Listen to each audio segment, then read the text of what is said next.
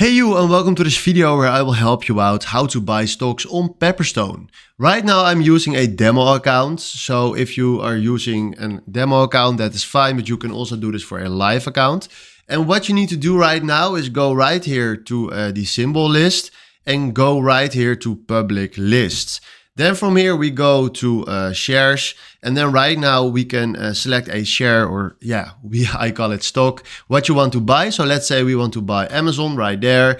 What you can do right now is zoom here in on the chart, but we want to buy something. So we click here on buy, select right here the order type. So let's do market order, select here the lots.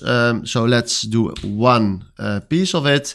And then you can create also a stop loss or take profit right here if you want to. And then after that, just click right here on send order, and then you can buy your position. But right now the market is closed, so we are not allowed now to buy a stock. But when the market is open, it works exactly the same. So hopefully this was the video where I was looking for. Thanks for watching and have a wonderful day. Ciao.